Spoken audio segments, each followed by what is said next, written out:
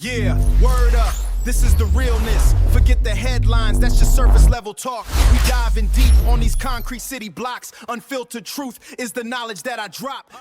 Welcome back to the Deep Dive. Today we are getting into something pretty complex but really fascinating, the AOLS kernel.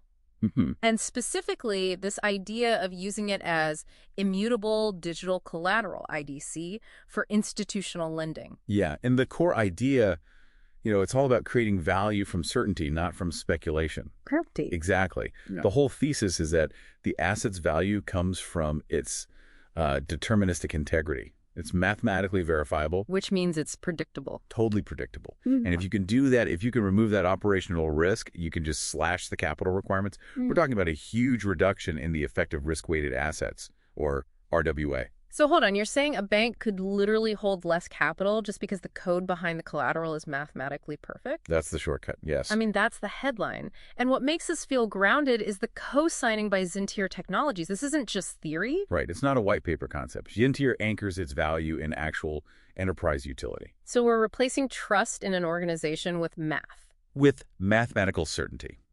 And that stability is built on 3 pillars. They're all interdependent, designed to kill systemic risk at every level: the code, the data, and the legal side. Okay, let's start with the foundation then. Pillar 1, formal methods assurance. This is about operational certainty. Yeah, this is the really high-tech part. It's about getting to a near-total elimination of software bugs. Like the kind of stuff they use for, critical flight systems? Or microkernels like Yes, ZEL4? Exactly that level of rigor. They use a 2-pronged attack. First is automated theorem proving. Think of it like an AI that writes flawless logical proofs for the code. Okay. And second, they use model checking, which just brute force searches every single possible state the system could ever be in to find hidden flaws. Wow. So one proves the logic is sound, the other proves there are no weird edge cases. And together, they guarantee predictable operation. The uncertainty that inflates risk is just gone. But that sounds incredibly expensive and slow. Is that actually practical for a real-world enterprise system that needs updates? It's definitely resource-intensive upfront. But the business case is that the long-term benefit of guaranteed predictability, especially with the RWA reduction, it just blows the initial cost away. Okay, so the code is perfect. But that perfect code is worthless if the whole legal structure around it can just implode, right? Of course. If the entity is vulnerable to a massive lawsuit, a lender won't touch the collateral. That takes us to pillar the 3rd, the regulatory moat. This part is just as important. It's legal engineering. The biggest risk for any decentralized group is being classified as a general partnership. Which means unlimited liability for everyone involved.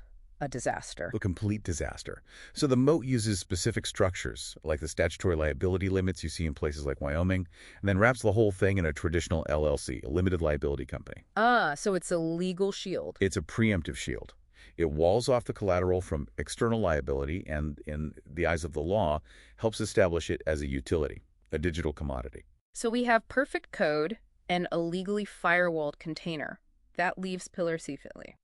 How do I, as the lender, know the history, the data itself, is tamper-proof? Forensic certainty. That's Pillar 2. The KSS-LCL integrity system. Right. It's forensic by design. So in real time, the system generates kernel state signatures, which are just cryptographic hashes of the kernel state. Okay, a snapshot. A snapshot, exactly. And it anchors these snapshots to a ledger chain log, the LCL. But here's the crucial part.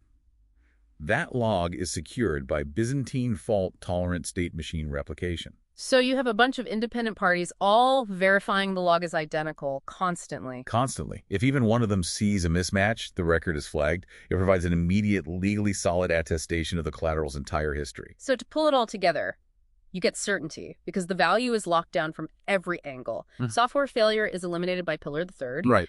Data tampering is prevented by Pillar the 2nd. And catastrophic liability is blocked by Pillar the 3rd. You've got it. It's a complete package of assurance.